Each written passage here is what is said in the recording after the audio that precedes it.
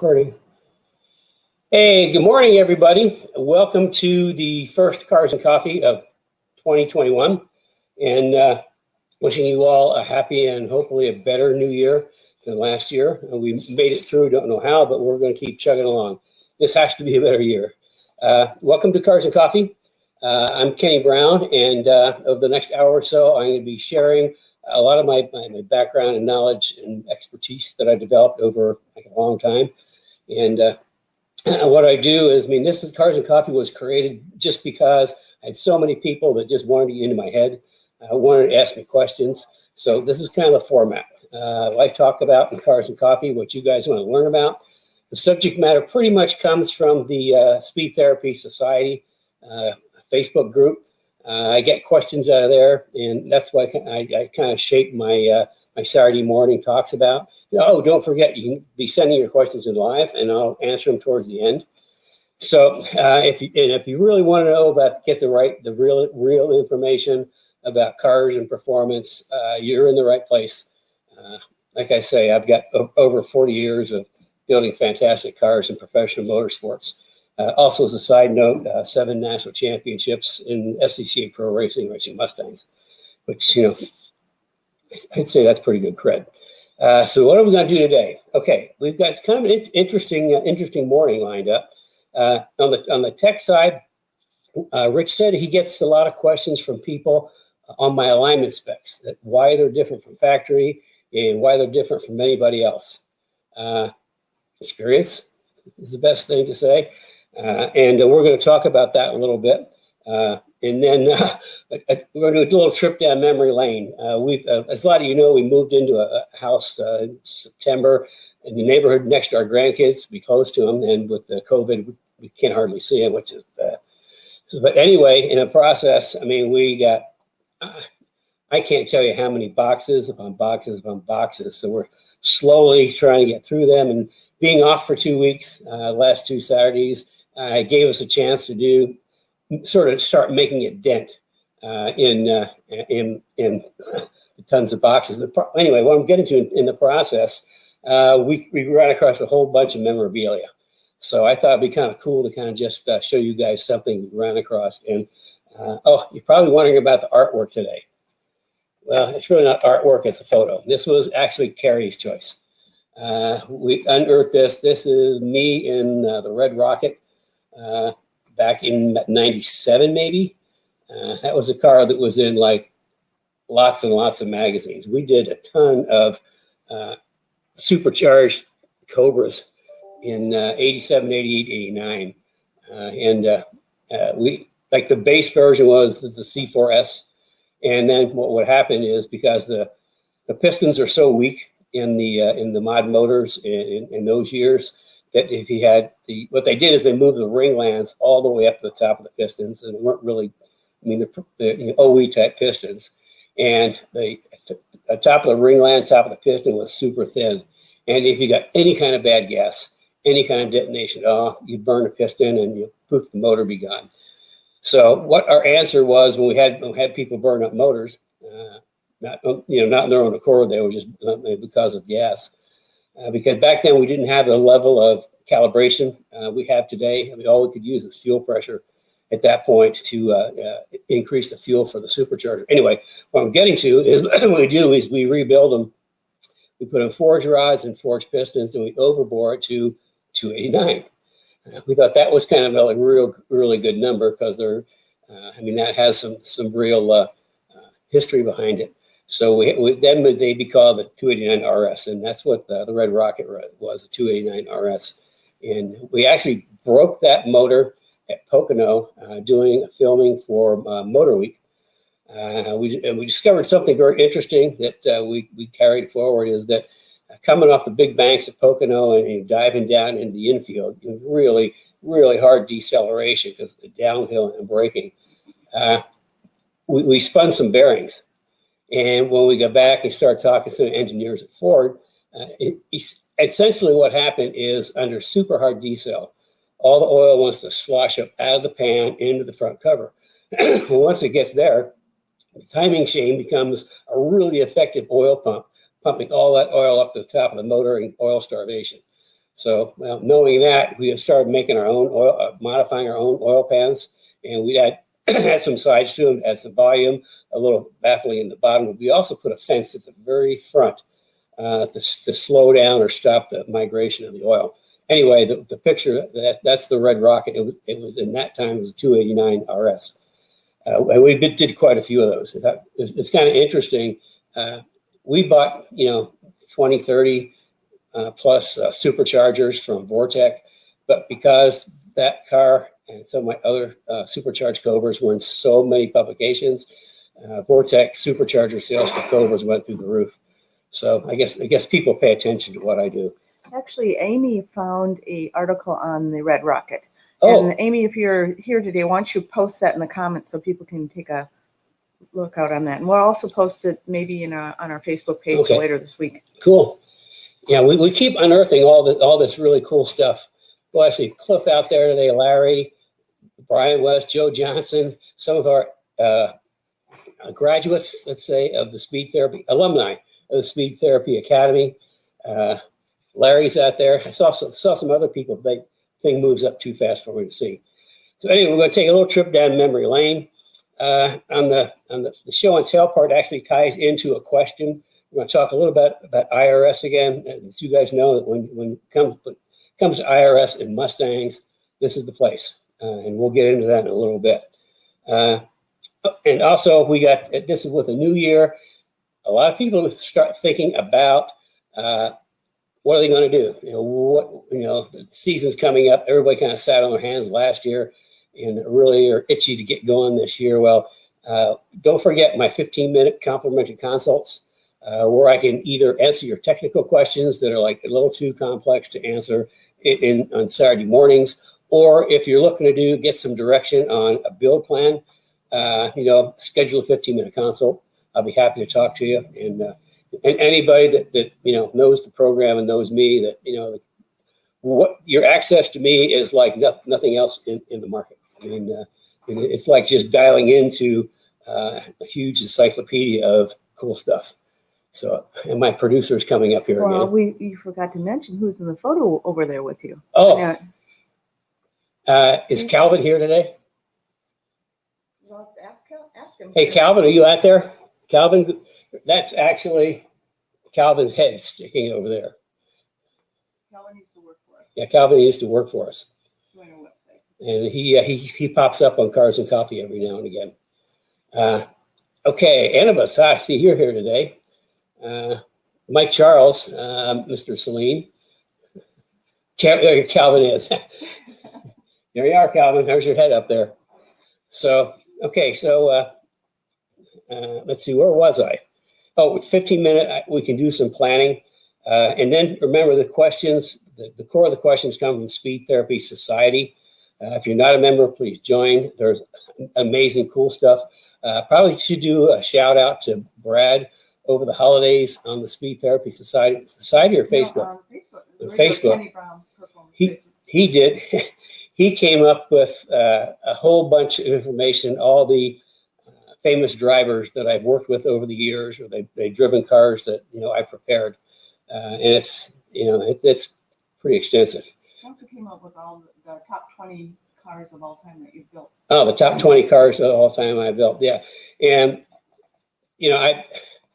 there's probably at least 500 serialized Kenny Brown cars out there. And to be a serialized Kenny Brown car, it has to have a specific group of chassis, suspension, wheels, tires, brakes. Remember that? And also then some performance added to it. But anything that's like a complete package that I develop becomes a serialized car. And we have like core packages at different price points. And from there, actually every single car is sort of semi-custom because we start with a base package that's in a specific price range. And then I work with you and we get the content that's right for your application, your aspirations, and also your budget.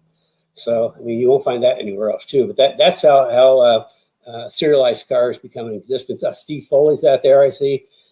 Steve, we're getting pretty close on the you-know-what for your rear suspension. We should be doing some more test fitting next week. We're getting close. When we get there, I'll let you know. and keep everybody else hanging. It's just too good. But we'll, for the rest of you, hopefully mid-month in Speed Therapy Society, we'll have a special event to talk about my new ground shaking rear suspension that we've actually have filed a patent on. So that's Kenny Brown Speed Therapy Society. Kenny Brown Speed Therapy Society. You need to make sure to say, because there's another Speed Therapy Yeah, Society. I guess there's another Speed Therapy Society trying to move in our action, I think. No, I think we were moving another action. No, we'll call it the other way. Okay. But anyway, Kenny Brown Speed Therapy Society. It's a private Facebook. Private Facebook group. Anyway, let me know if you want to build something or if you have some technical questions, just sign up. You find out pretty darn easy to talk to. Let's see what we have on here. I'll answer your questions, and I'm going to get this without you telling me. If you're just joining us, I'm Kenny Brown, and this is Cars and Coffee, where I share my 40 plus years of professional motorsports and building incredibly cool cars. One of which is back there, that my own personal 289 RS. It's a '97 Cobra. We did a lot of 4-valve stuff back there. And watch parties. You can start a watch party right now by clicking the button in the upper right-hand corner.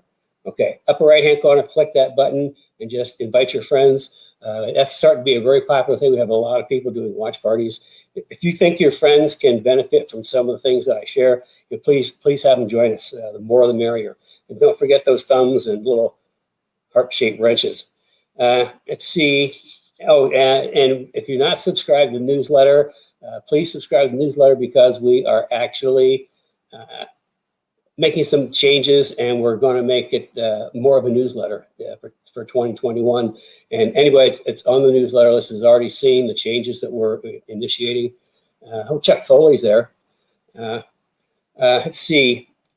So Facebook group, flip over. I already talked about the artwork. That was it's like writing the picture. How to get away from that. That's something we uncovered. Was wrapped up in a big sheet. And Carrie decided that was her choice for art for this month, for this week anyway. So let's get into some of our questions. I mentioned we're going to get into IRS, and Douglas has asked about IRS wheel hop, front suspension, including straight line grip while not compromising handling if possible. Okay. When it comes to my IRS packages, suspension packages, that would be AGS 3.5. AGS stands for Advanced Geometry Suspension Systems. And 3.0 is the SN95 cars, and 3.5 is 99-04 Cobras.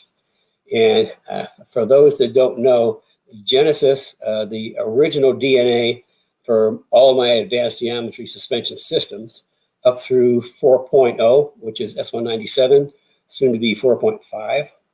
It goes all the way back to the 86, 87 Celine, our endurance cars that I engineered, built, and managed to 4 national championships in SCCA Pro Endurance Racing. So anyway, that was the start of the AGS systems, and we talked about that and other times. I won't get into that, about how I worked with Mike Jones at Ford to come up with some geometry changes for the front. It was pretty crafty in how I actually did that. But anyway, that was 1, and then 2 was the fixed strut, and 3 we had like the Track It Plus in the back with a panner bar, and then 3.5 was the IRS. And I've got so much experience with IRSs. If we could pull up the first picture of our presentation.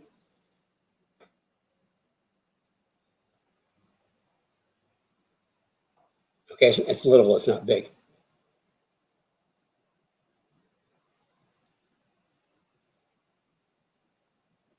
There we go. Okay, it was really weird. I ran across this yesterday, and this is a Triumph Spitfire. And Triumph Spitfires have IRS. And in fact, this is what I worked on in the 70s, was I did a lot of open wheel SCCA cars, and they all had, IR open wheels and Formula Ford, Formula Atlantic, Formula V's. They all had IRSs in the back. So, I mean, it's something I work with a lot. But I love this picture. It's Spitfire, and it shows just the what can happen with an OE type IRS when you're trying to go around a corner.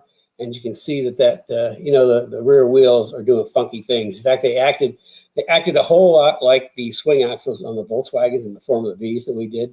So, I mean, that's what I worked with back in the 70s. So, I knew the good points and bad points of IRS. And that's what when IRS came out in 99, the Mustang world went into apoplexy because they were just, like straight line, live axle guys. They didn't know what to do with it. Well, me, I knew exactly what to do with it. I fixed it, so it works. So anyway, we can take that down. I'll get back to my talking about IRS. So, okay, here's the thing. You want to improve handling, straight line grip handling, not improve straight line grip, but not compromising handling if possible. Well, I mean, that's not a problem with AGS 3.5, which is the rear grip, the front grip kit.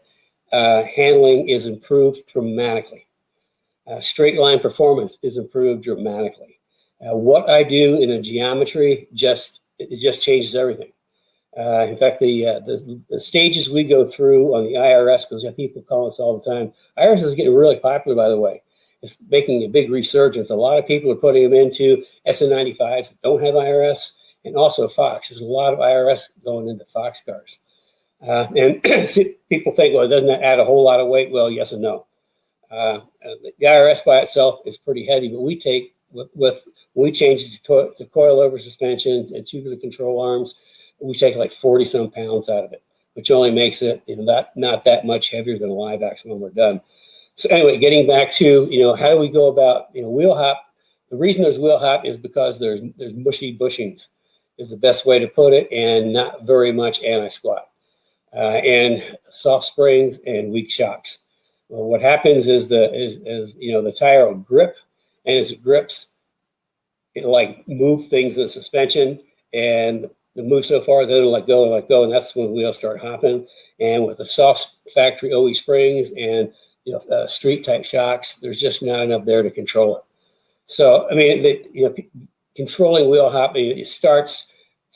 We have a plan that starts very basically. And step one is what we call phase one in the front grip, and we do a couple of things.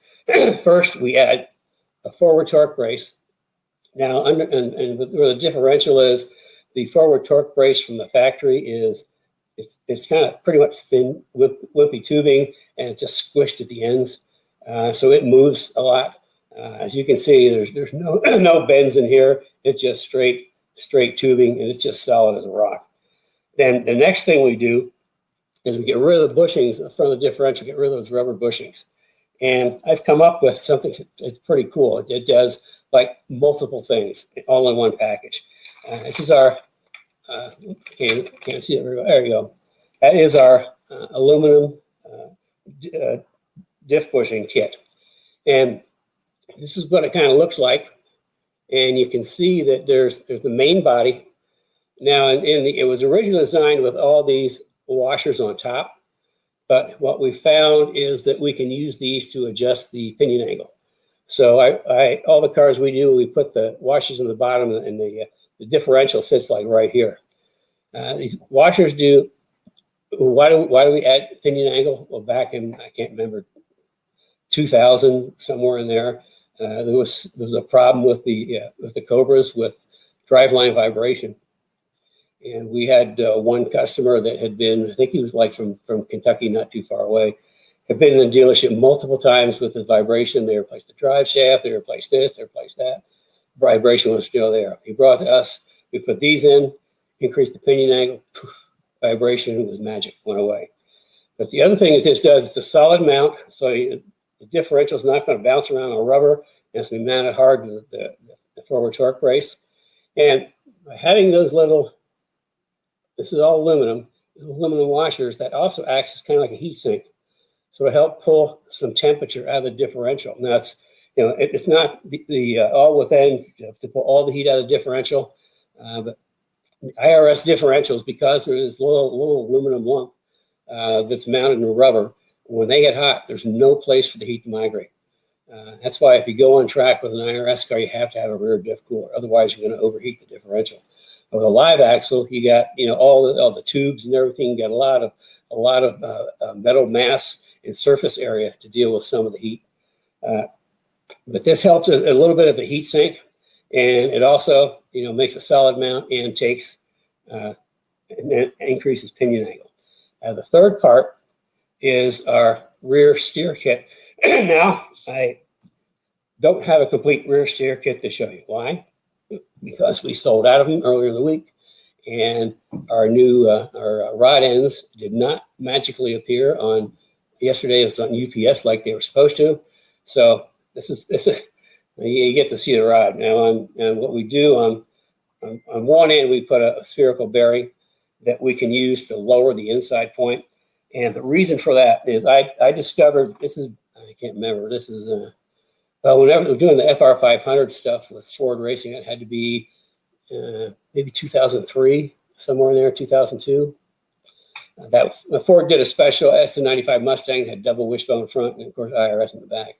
And we were doing a media event at Road Atlanta, and there was all the Mustang magazine guys were there. And the only people that weren't Ford or Mustang magazines were myself, Max Pappas, and Rusty Wallace. And we did a whole day with, comparing the FR 500s with a Corvette and a Viper. And anyway, what I'm getting to is at the very end at the other end of Road Atlanta, there's two sharp right-hand turns. And I found that going around the second one, when I got to just a certain part of the turn, the back of the car would start to get loose. And I also found, this is before they had a little whoop-de-doo in there, coming up over the hill, that going over the bridge or under the bridge and down the hill the last turn, the back of the car would get loose. And that's a pretty scary place for that to happen. Anyway, got back to the office and started plugging in the suspension pickup points. Were actually already in my geometry program, but I took a little different look at it. And what I found is when the body got to a certain point of roll, like in a corner, both rear wheels would steer the wrong way. And that's why, you get to a certain point in the back, you get loose, is because the wheels wouldn't go the other way. So we found by lowering the inner point, that would reduce some of the rear steer, and that would go on this end, and the other end goes out to the tie rod. It's interesting. I came out with the roll steer kit, and other people in the market came out with a bump steer kit for the back. Well, in my opinion, bump steer happens at the front of the car when you're going around a corner and you hit a bump and the steering wheel changes. That's bump steer. At the back of the car, when the car rolls and the steering and the rear wheels turn a different way, that's roll steer. So once again, I'm copied, but people don't know why I'm copied. They named it wrong.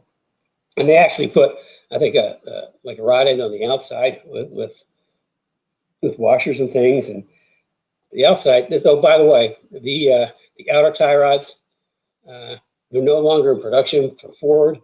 We talked one of our major suppliers into building them, so we have outer tie rods available.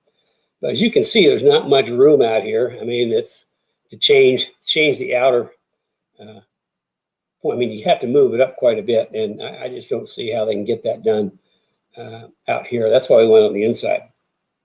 We actually improved that in level 4. Anyway, that's kind of level 1, and that starts to improve the grip. That takes some of the flex out, hard mounts a diff, and helps with the rear steer.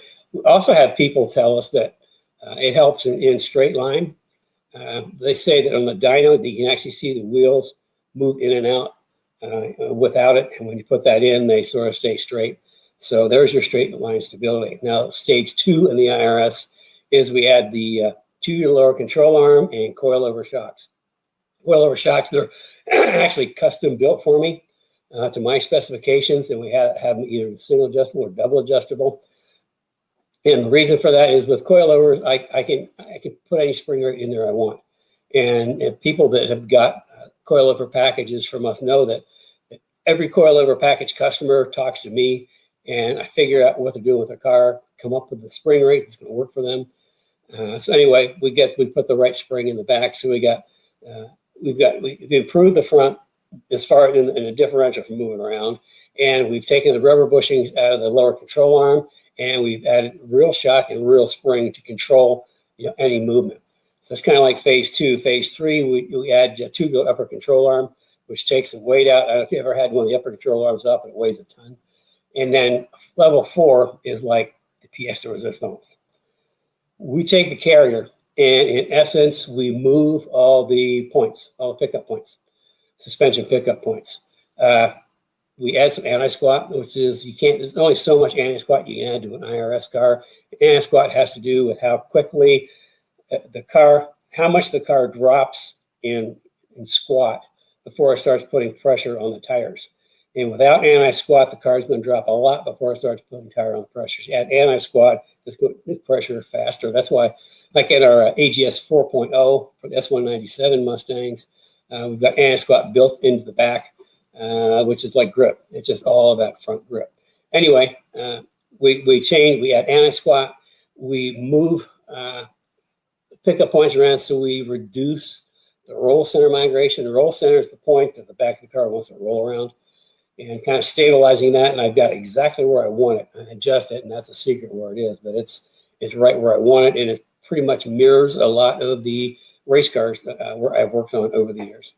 And we also, for the rear steer, we move that inner point down even more. So we take all the rear steer out, so those are always straight. So, that whole rear package it does amazing things. And then to tie together the front grip, which is the K-member control arms, offset rack bushings, again, adds geometry, takes 40 pounds off the front. So, the whole package for SN90, SN95, Cobras, it works like a charm. And also for the front, I have coilover struts custom built for me based off of my preferred, let's say, shock valving. I've got a book about that thick of shock dynos, and there's certain things I like. And we went to Strange up in Chicago. We lived there, and I talked to Dimitri. I had all these dynos laid out. I said, this and this are the ones I like. Can you do that? He said, sure. So they're custom building the shocks to my specifications. And again, we can control spring rate. If you're on the street, it's going to be a lower rate. If you're on track, it's going to be a higher rate. Anyway, that's for the SN95. So as far as wheel hop, we take out the wheel hop. The front suspension has great geometry, which actually gives you tremendous stability at high speed because there's a whole bunch of caster built into it. People learn about caster in the Speed Therapy Academy, which I'll talk about in a minute. I think we spend 2 whole weeks just talking about suspension geometry in the Speed Therapy Academy, and why I do things so differently. So that's kind of like the whole package for the adding grip, straight line grip while not compromising handling. We add straight line grip and improve handling. So that's the whole package. And if you want to know more, schedule a 15-minute. We can chat about it. And Carrie is here. Yeah, I just wanted to mention that we did a IRS workshop, one-day workshop last year, I guess I can say, and we're planning another one this year. So look for it in to be talked about in the Kenny Brown Speed Therapy Society. There you go. IRS workshop. Okay, moving right along. I hope I answered your questions, Douglas. This is Ellis. Now this is typically. Now, a question we wouldn't normally answer because it's not about a Mustang, but I thought it was interesting enough to share it with you. Now, his question, he's doing a 65 AC Cobra replica.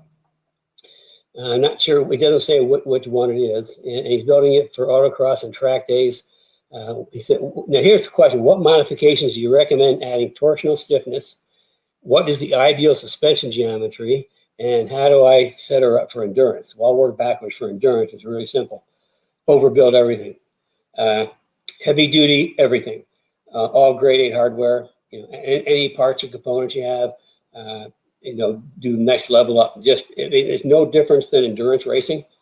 Endurance racing, we build things strong, hefty and strong, and just upscale, upsize everything for endurance. So it just lasts.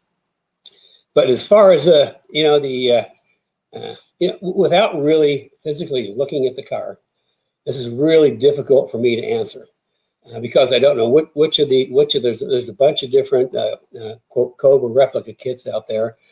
Some are better than others, and some are worse than others. I think there's more worse than others and better than others, because the people that build them they don't really understand that much about suspension geometry and chassis. Anyway, what I'm getting at about the best thing you can do in the Speed Therapy Academy, we spent a whole night just talking about chassis, building chassis, race chassis, monocoque chassis, and we go into a lot more detail on what it takes to build a rigid race car. But just on the very basic side, what I can show you is what I do to stiffen up. Like we started working on Fox cars, but they were just tin cans. So we started developing systems that improve the chassis rigidity. And we have, for like S95 and Fox cars, we have the matrix system, which consists of a subframe connector, jacking rail, and then also the matrix brace. And magically appears. Can you make it bigger? Here we go. Little words at the bottom are covering it up. Oh, I can't get there. Okay. Okay. Anyway, this is the matrix system, and you can see this is the subframe connector that goes from front to rear subframe connectors, and we actually improve that by adding the double cross with the originators of this type of subframe connector, which has been copied by a lot of people. And that bolts to the seat so that we reduce the span versus capture ratio. Also, that helps the actual subframe connector from twisting, which makes the whole really rigid. Now, this is the jacking rail we put along the pinch weld. And that way you can jack the car up anywhere along that pinch weld. And we kind of developed that back in '86 for the Sling race cars, endurance racing. I mean, you're jacking the car up a whole bunch, changed a lot of tires over 24 hours and brakes and all that. So by putting the jacking rail on, we could just zip the jack under, pull the one whole side up at one time. And then when we were in the pits, we put jack stands front and rear, which opened up the whole underneath. Anyway, that's a jacking rail. And we connect them with a matrix brace, which it goes from jacking rail to a subframe connector, and that actually goes to the subframe itself. What we do is you add 1, 2, 3, 4 triangulations per side. That's 8 total triangulations, and the difference that makes in chassis rigidity is pretty stunning. I mean, we've had people, not drive 100 yards and say that my car is completely different. So I mean that's about the best. I get the best direction I can tell you. Triangulations without actually seeing your chassis. It's hard for me to say. Okay, I'm done with that one for now. Okay, so then like I say, if the car were here, I could come up with a whole bunch of stuff, and I've always wanted to completely rebuild one of those things and make it a handling monster. But as far as the it's the ideal suspension geometry. Boy, I mean that's the question is what suspension do you have to start with? Again, in the Speed Therapy Academy, we spent 2 whole weeks in suspension geometry.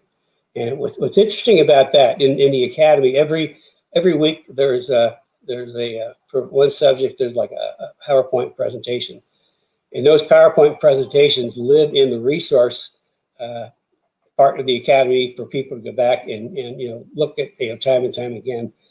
The only immersion session that we did that the PowerPoint is not available for is geometry. And that's because I talk about things I really don't want out there. When you're in the academy, I share things that nobody else really knows. And so we don't, that's not available. But you learn a lot about suspension geometry. So, I mean, if you really want to learn about this stuff, sign up for the Speed Therapy, the Speed Therapy Academy. The next one starts first week of March. Now, we're originally going to start this week, but we had with the holidays coming up, we had a lot of people that they couldn't make it work. So we postponed. The next Speed Therapy Academy starts the first week of July. Boy, I'm getting way ahead of myself. First week of March. And it's 16-week course. And what we do is it's Tuesdays and Thursdays evening. And we'll take a subject like shocks or springs, chassis. And I'll do an entire, what we call immersion sessions, where we take a really deep dive. Things I talk about on Saturday mornings, we talk about in much deeper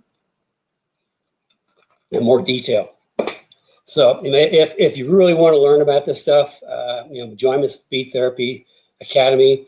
I know there's a lot of people out there guys out there that are alumni can attest to, the value they got out of it. So, I mean, that's about, the best I can do without seeing the car and knowing what's in there. Here's another good one. Bill, how do I improve handling on my boss? Learn suspension tips and setups and improve driving experience. Boom. The Academy is the best thing. But as far as handling, I mean, I've done all the research. I've done all the development, done on testing. All you have to do is bolt on AGS 4.0, which is the rear grip. There's only 3 parts to my suspension: the rear grip kit, the front grip kit, the springs and shocks. Every single piece in AGS 4.0, the rear grip kit, the front grip kit, every single piece has a positive impact on suspension geometry. We don't take one part off and put it back on. It's nothing more than a pre-OE replacement. Every single part has an impact on geometry. And we'll probably get into that in more detail another Saturday. More people ask about that. But you just bolt it on: front suspension, rear suspension, springs and shocks. And I'll help pick the spring rate that's best for you and doing something. We're going to be doing a workshop on S197 too. So. Oh, Carrie says we're going to be doing a workshop on S197 too.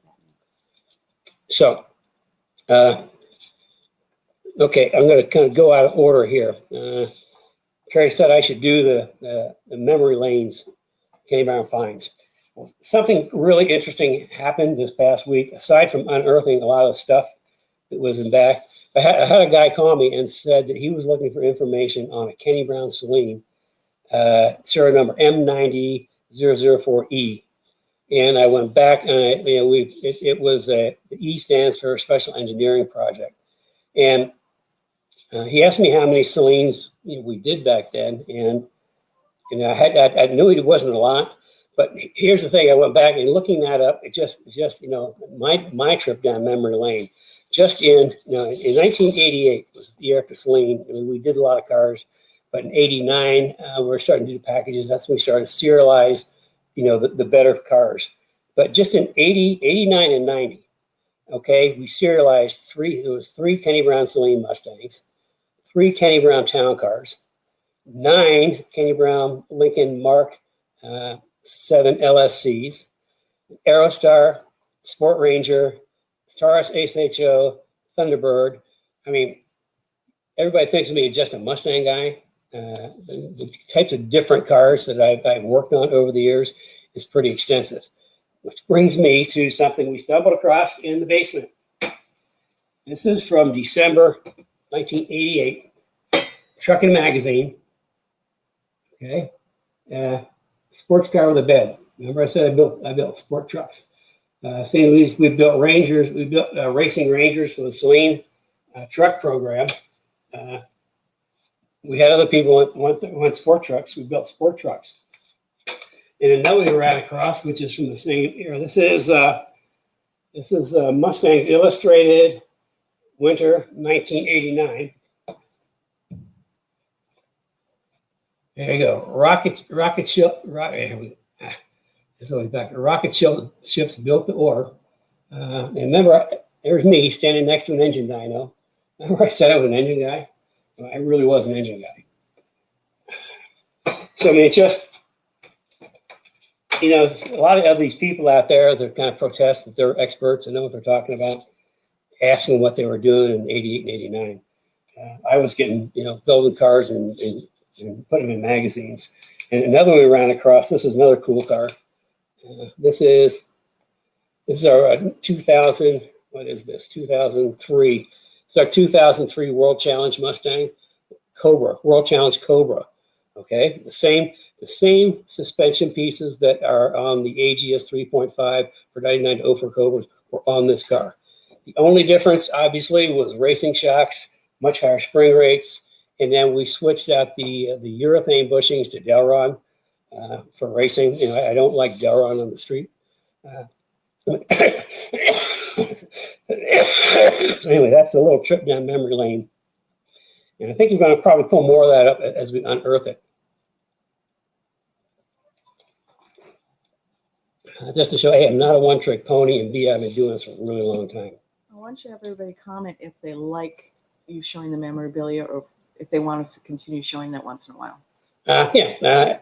Carrie said, if you want me to start show a little memorabilia every now and again, put in the comment, the comment column, and if you like it, then we'll keep doing it.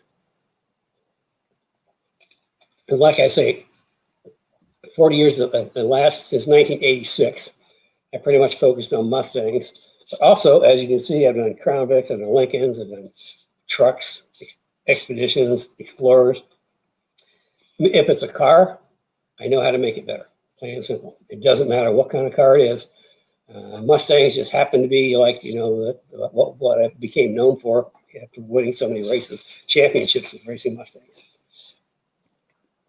Let's see. Oh, love it. Definitely. Show it all. Okay.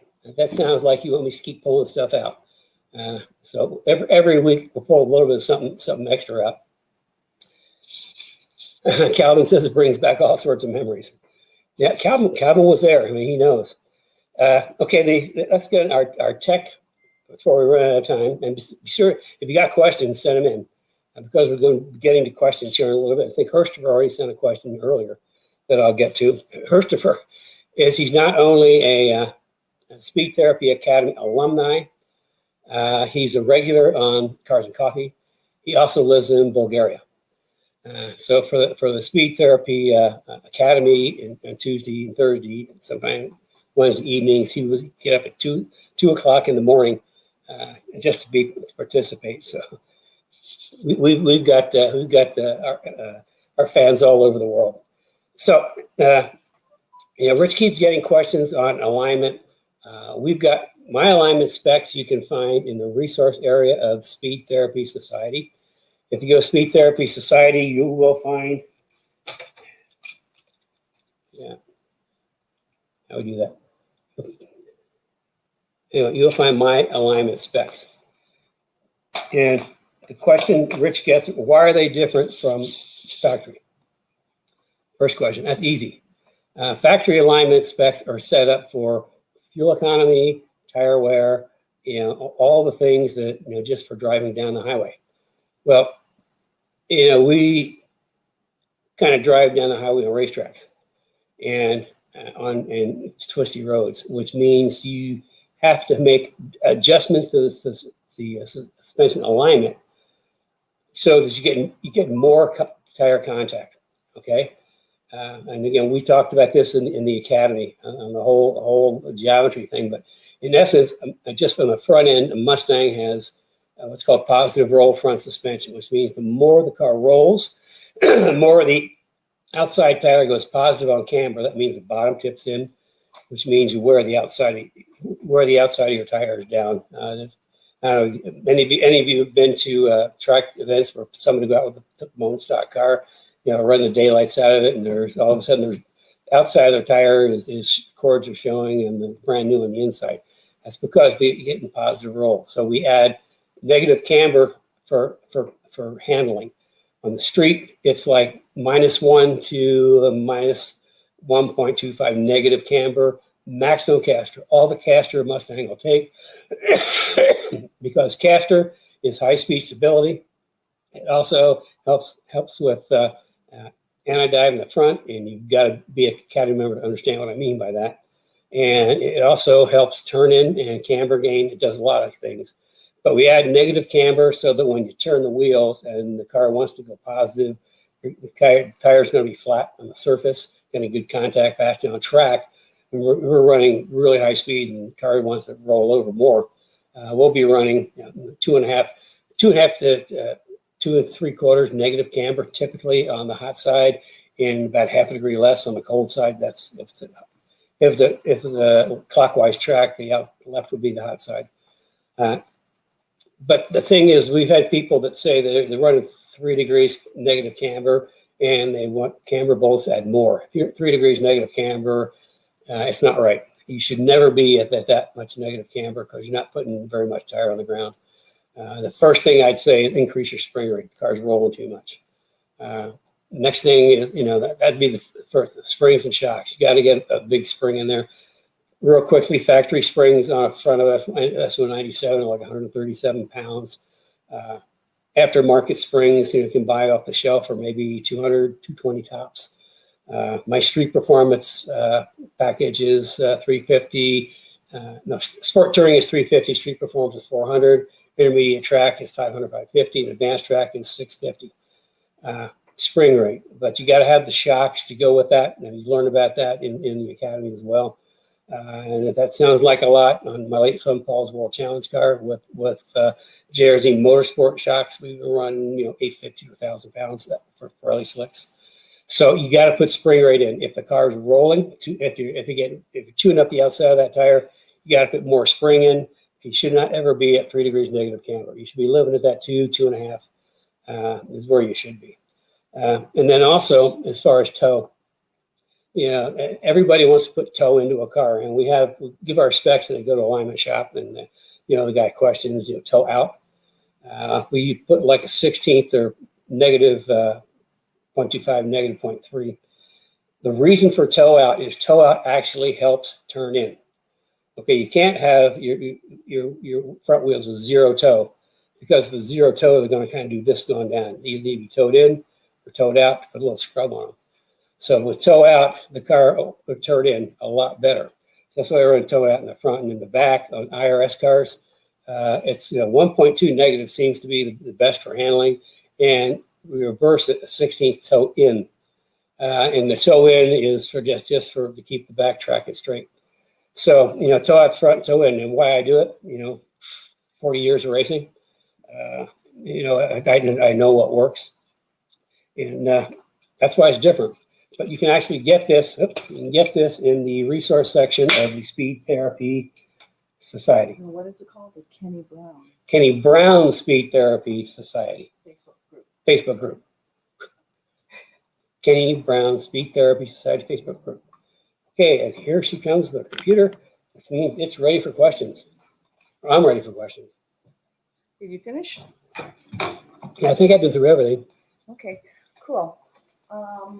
Well, I'm getting set up here. Why don't we all give Kenny some love and give him some thumbs up? That would be great. Yeah, that helps. That helps, kind of spread it around. And from a Facebook standpoint. From a Facebook standpoint. Yeah, play a bunch of games with Facebook. Okay, so let's start out with. Get to the comments. Okay, we have. Larry Martin is waiting for your radiator. He also has a brake question. Okay. And I need to find that. Larry Martin. So he should receive it. I think it shipped last week. So he should receive it. Triple pass radiator? Yep. Triple pass. And that we developed a number of years ago. We worked with one of our suppliers and developed a triple pass radiator for Mustangs. We have SM95, SM97, and S550s. And real briefly, the triple pass, first of all, it's triple thick. It's a 3-core. It's also, there's the fins are smaller, which means overall there's like 17% more surface area. But with a triple pass, a single pass, the hot air comes in the top on the passenger side, kind of goes across and out the bottom, which means you don't get a lot of airflow or a lot of water flow in the corners. Stock car guys for years have run dual pass because it's mostly GM. I guess it works better for them where it goes in one side, around, and out the other side. Impractical for a Mustang because ends on the passenger top and outs on the driver bottom. So we developed a triple pass. It comes in the top, goes across, makes a U-turn, goes back across, makes a U-turn, goes back across again. So by that, we're exposing the coolant or water to far more surface area and far more cooling, taking out more BTUs. We had one customer with a GT350 at Road America was having continual heating problems. It takes like 20 degrees out on the street and 30 degrees temperature out on track. It's pretty cool. I think Joe Johnson's going to be going for a triple pass radiator for his GT350 here pretty soon.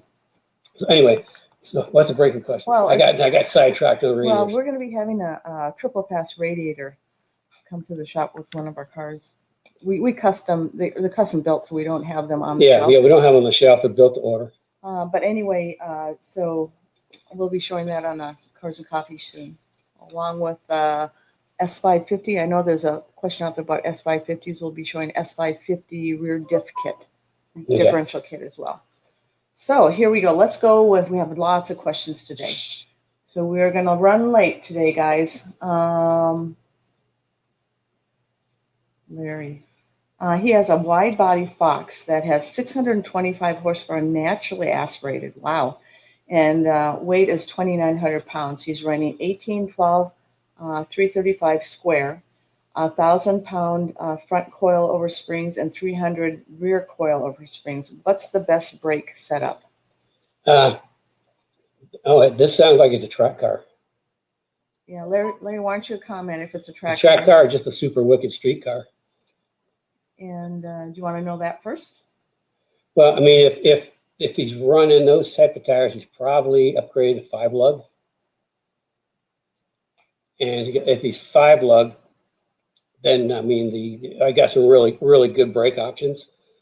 For the front, if it's a street car, I mean we've had a long and a very positive relationship with Bear Brakes, a very long relationship, and it is a track only. Okay, we got the brakes. If you've got SN95 spindles, 86 and newer, that's important. We've got the Pro 4R race brakes. And the Pro 4R is, I want to do something with Bear that was really unique and specific to the Kenny Brown brand. And we started talking with Rick a number of years back at Bear, and we want to do something. Well, what happened back in 2011, my late son Paul in World Challenge went to the first World Challenge race with, it was a car we built. It was called a Boss S, but we built it before Boss S's were built, and Ford just tagged it Boss S so they could get the glory. But anyway, he showed up with really nice, the Bear 6-piston race brake setup. And the SCCA looked at the rule book and said, nope, you got to run 4 pistons. So Bear went back and they developed a really, really nice 4-piston race brakes, which he used to dominate the series and win 3 championships. Anyway, talking to Rick, that had gone on the shelf. Had been sitting on a shelf ever since 2012. So we brought that out, and that was kind of the foundation. But from there, we added every single feature that you would find in like a Brembo GTR race brakes, which are what $8,800 an axle set. And we package this into, it's a 4-piston rather than 6-piston. 4 pistons lighter than a 6-piston. We get the same clamping force, but we also like lighten the caliper. It's got all kinds of. We can send it. We can send you a brochure on that.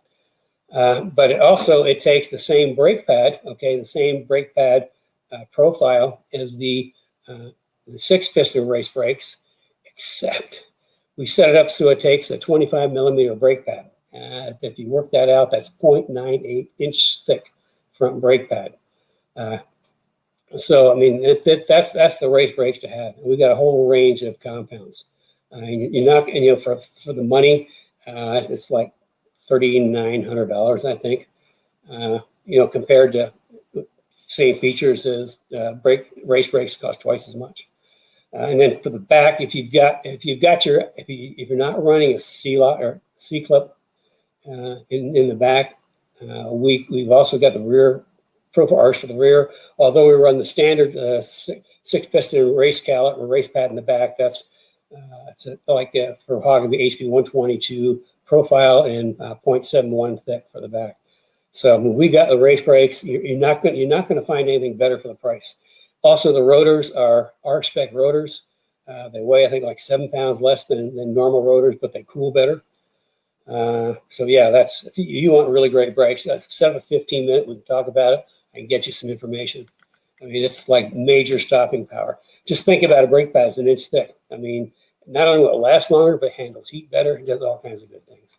Okay, we've got lots of questions, so better hurry up. Is that what you're saying? Well, I think these guys need to get another cup of coffee or something. So here okay, you guys are in luck. I'm only halfway through my coffee because I've been talking so fast. So just a quick note, Zach is with us. You remember Zach photographs Maryland and the 25th anniversary. Hey, Zach. He's an awesome photographer. Awesome. If you guys are looking for a really good photographer, Zach is it.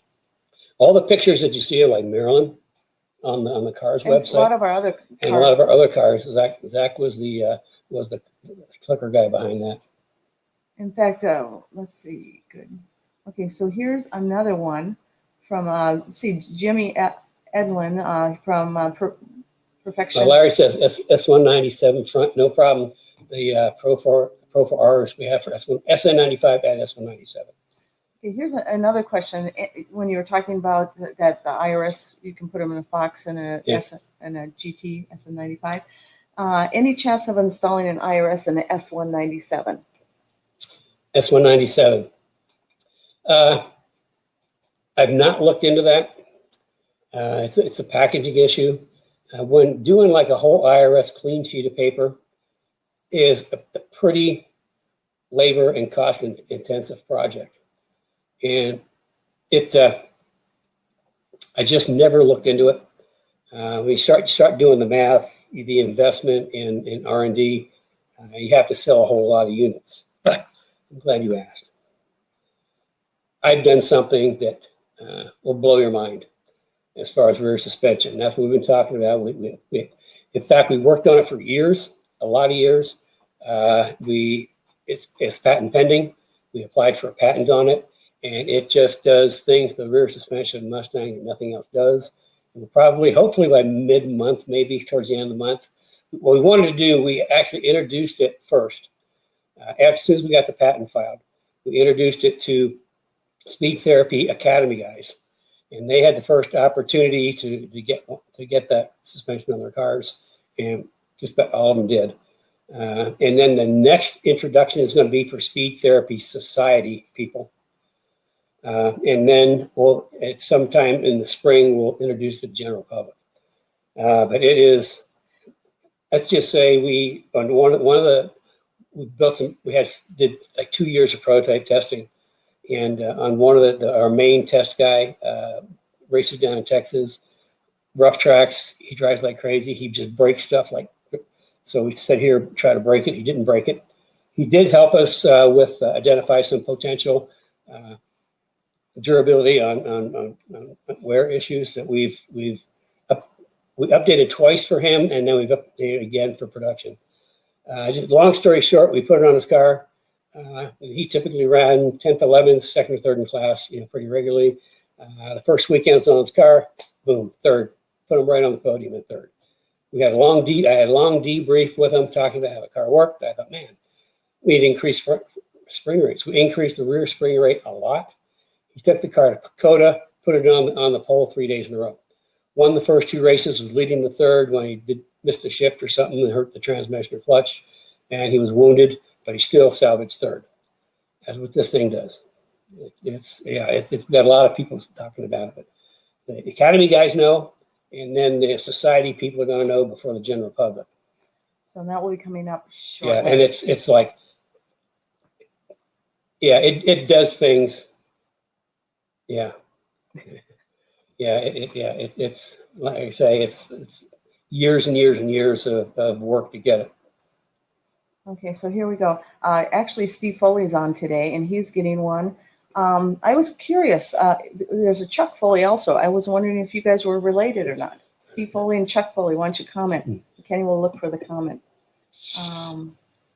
Okay, also here's another question.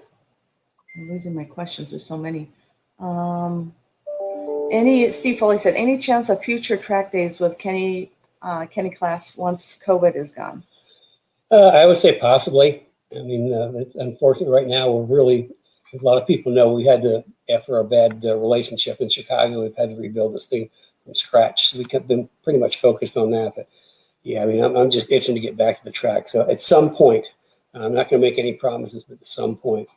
What did Kobe ask about? Oh, I lost Kobe's question. Kobe? It was probably at the end, and I can't lose my point. He absolutely loves history, and I know he has the IRS on his car too. Oh, Kobe has let's see, camber plates, also camber bolts. We recommend the strut mounts being all the way out, all the way in, and adjust the final camber with the bolts. Okay, typically with the S197 with the front grip kit, with the geometry changes we have, with the right spring rate, we don't use camber bolts. I mean, we get everything we need right from the top. But as far as adjusting, if we're going to do it, I'd add a degree of camber first to the bolts on the bottom, and then you've got more room at the top. Depending on what camber plate you have. But remember, all the caster get, just get the top of those struts as back as far as they'll go. But, you know, if you listen to any of the handling stuff, you know, you work with your barometer, you get your tire pressure first, and then you start working on camber with your barometer, and you start in and work your way out. Okay, so here's Christopher's question. He actually gave us a question before the Academy, or the Cars and Coffee. He says, I have a question regarding mixing and matching tires for street driving. Is it okay to have different compound tires, for example, hard fronts and soft rears for the street? How will this affect handling of the car? Now he does street, you know, he knows street. And yeah, okay. It just depends on how hard you're driving. I mean, if you're just driving around the street, it's not a problem. If you start driving hard, what impact it would have on handling would make the car push, and which means understeer. And the reason for that is your rear tires are going to have way more grip than the front, and they're going to balance, going to overpower, and you know the car is going to pick up a push if you drive it really hard. Now, if you're just driving it to and from the track or around town, I don't think it'd be a whole lot of difference. But I mean, you've got sticky, let's say sticky slick, so that not slick as in slicks, but slick as in slippery.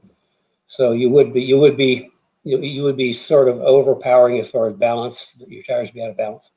Okay, next. Okay, so we also have, let's see, Chuck Foley. He is wondering if he has an S550, and he's wondering if you can talk about more handling and stuff, or you have it on the S550. Okay, the S550s, I got to tell you, Ford did an absolutely knockout job on the 550s. The chassis are really rigid. They've got you know an advanced type. They've got a double link front McPherson strut, IRS rear. They've done a lot of work on that car to make it work. It's interesting is moving in time from when we started doing in the mid '80s, doing the Fox cars through time. You know, every new generation of Mustang has gotten better, and the 550s are they're so much better. In fact, we really don't need to do much to it. I mean, it's so good. But we've got jacking rails, which everybody needs jacking rails. And our jacking rails are a little different. They're not just a bar that bolts up underneath. It's actually a fabricated jacking rail. I mean, by fabricated, it starts with sheet steel, and we cut it and bend it, and then weld it. So that there's what it bolts to underneath is that a 5-degree angle. And a lot of the jacking rails that are out there bolt in, and they're at a 5-degree angle, which means you're just jacking up on an edge. We actually fabricated it, so it's kind of like a what do you call it when something's not really a rectangle?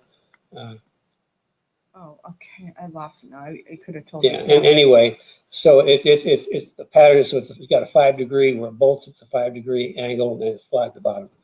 So, but outside of that, just springs and shocks, front sway bar. I do not change rear sway bars. The back of the car can get pretty loose on its own. But we've got a couple different spring and shock packages. We're putting more spring into them. We've got a 550 car, Kelly's car, we've been using to develop. I've got Sport Touring spring and shock package with our JRZ single adjustables. You've got a street performance, intermediate track, and an advanced track, using all the same shocks, just different spring rates.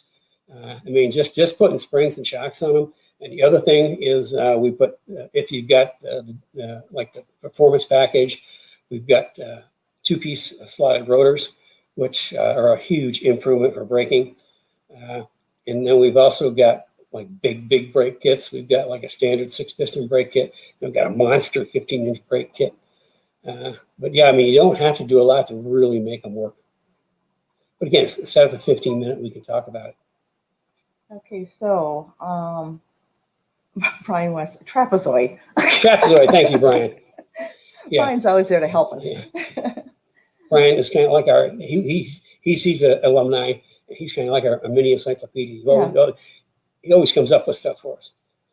But yeah, okay. The subframe connectors are a trapezoid.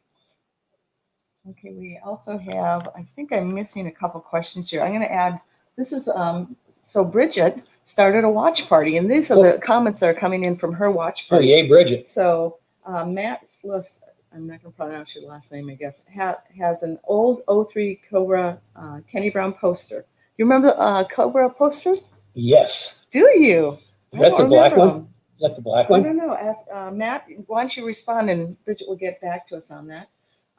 He also has. That's a black one. We actually still have some of those. Oh, are those the ones? Yeah, we just in moving around, we found a big box of them. Yeah. So I guess we do still have those posters. John Salmon wants heck yes on talking about memory stuff, some of the stories. Wright says that sure, it's fun to see if I might have any of the magazines in the collection that features your incredible work. John Salmon says, good old days, your system is so awesome. We used to use truck springs. So that's cute. Fred Fancher, I have the history behind the builds. That's what makes the story real. Jay Myers, great topics today as usual. So anyway, just keep up the good work. Well, I try. I mean, it's like, we started this because people just, I do like these tech seminars at like track days and other like guest speaker things, and people always come up to me and say, man, if I could just tap into your brain. Well, that's why we started the whole Cars and Coffee thing. That's why we do the workshops, and that's what the Speed Therapy Academy is about. Oh, I got my nifty Speed Therapy Academy shirt on. Yeah, because Speed Therapy Academy, you get a nifty shirt, you get a notebook. And the reason for that is all the immersion sessions are, like I said, they're PowerPoint. So you can download them, 3-hole punch them, stick them in your notebook for reference, except the geometry one. Okay, and Tim Allen says, when this is regarding when you were showing the Ranger Truckin' Magazine, he says, holy cow, Truckin' Magazine, what engines were in the Rangers? They had the 2.3 overhead cam. Okay, so that's that. And I think we almost have all the questions. Lots of yes to the memorabilia. Steve Smith, Tim Allen, Brad, Calvin, Chris Pergio, Larry Martin, Dave Robinson. He's been here with us every single show, and he's from Niagara on the Canadian side. Oh, yeah. Yeah. Maybe we should get a little gold star or something to send to him. Yeah, exactly. Keep it coming. Love the older cars and trucks. Chuck Foley said that. Roy Wallace, the older photos give me an idea from my 03 NASA Road Racer. Tim Allen said the best. If you've got a NASA, if you're racing NASA with a Mustang, let me see if I can help you. So I don't know if you mentioned this or not, but this is regarding your question, Chuck Foley. Alignment specs. Tim Allen said the line specs are outstanding, and Hurstifer has a S550, and all he did was, well, he's done a lot of things. Yeah, why don't you tell us? Yeah, Hurstifer, we got a little note from Hurstifer that said that the biggest improvement he made to this 550 car, this is Hurstifer in Bulgaria, the biggest improvement he made on his 550 car was using my alignment specs. I mean, they work. I mean, it's like the whole purpose of our program and why my S197 suspension only has front grip kit, rear grip kit only, as a system is, I mean, I worked this stuff out over a lot of years. I've done all the engineering, I've done the development, I've done the testing. So all you have to do is bolt my stuff on and transforms your car. Okay, and Matt says that yes, he's going to send a picture of the '03 Cobra poster that you have. He says it's on his wall in his old room at his folks' house. So anyway, I think that is it. I think. Okay, yeah. Tim Allen said he didn't get to use the graph paper, but he used every single sheet of the line paper you sent in the folder for and during the academy. That's cool. So anyway, I think that's it. We have a lot of really cool things coming up this year. We're gonna get into some cooling, diff coolers, radiator coolers, and we're gonna be having some guests. That's gonna be a really cool show. Are you excited about? Oh God, I didn't even get that. Okay, okay. I think we need to end it. Joe Johnson has one comment. One of the greatest parts of the Speed Academy was the times Kenny brought in the experts on various systems, tuning, wheels, driving instructor, etc. Great sessions. Yeah. Oh, yeah. That's another part of the academy is we bring in. It's I know what I know, but there's people that know more than me in other areas. So we try to bring in. We call it master class. I know a lot of people in the industry, and we'll bring somebody in, and they'll do a whole evening. They'll talk like maybe 20, 30 minutes, and then it opens up for questions. The thing about the academy, by the way, it's not like this. It's not like Facebook or anything. It's in Zoom. So it's like when it's in Zoom, everybody's by there. I look out and I have like the Brady Bunch of everybody's there, so everybody can participate.